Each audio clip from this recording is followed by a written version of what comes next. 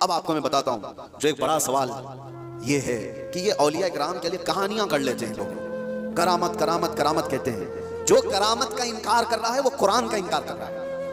ہاں، ہر ولی کی کرامت تو قرآن سے میں نہیں بتا رہا، لیکن اللہ تبارک و تعالیٰ نے جو فرمایا وہ آپ کو بتا رہا۔ ہم نے کہا غوث پاک رضی اللہ تعالیٰ عنہ، اب چند باتیں میں سرکار غوث پاک کی بتا کر اس اعتراض کا جواب دیتا ہوں۔ سلطان الاولیاء غوث پاک رضی اللہ تعالیٰ عنہ کی بارگاہ میں ایک عورت آئی اپنے بچے کو لے کر، کہا کہ اس کو اپنے پاس رکھ لیجیے۔ آپ نے قبول کر لیا، بچہ تربیت میں آ گیا۔ غوث پاک کی بارگاہ میں رہنا پلنا کس کے نصیب میں ہو؟ چند مہینوں کے بعد وہ خاتون آئی، اپنے بیٹے کو دیکھا، بہت دبلا پتلا، بالکل کانٹی ہو گیا، ہڈیاں نکل گئی۔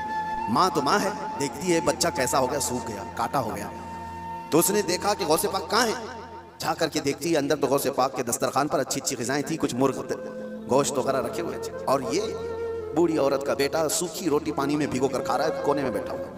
اب ایک ماں کو لگے ہی بات، خود اتنا اچھا کھانا کھا رہا ہے، میرے بیٹے کو پرورش میں رکھے، کیسا کھانا کھلا رہے ہیں اس عورت نے کہا یہ کیسی تربیت ہے سیدنا عبد القادر، یہ کیا ہے، میرا بچہ تو ایسا ہے۔ آپ نے جواب کچھ نہیں دیا۔ تھوڑی دیر کے بعد کھانا ختم ہونے کے بعد ان ہڈیوں کو ایسے جمع کیا اور کہا قم باذن اللہ، اللہ کے حکم سے اڑ جاؤ۔ ایک مرغی پھڑ پھڑاتی ہوئی کھڑی ہوگی۔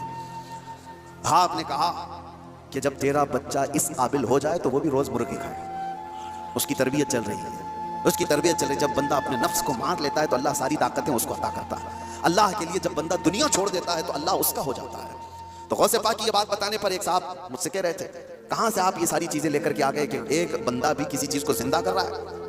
انہوں نے یہ نہیں دیکھا کہ غوث پاک نے کیا کہا، اللہ کے حکم سے اٹھ جا۔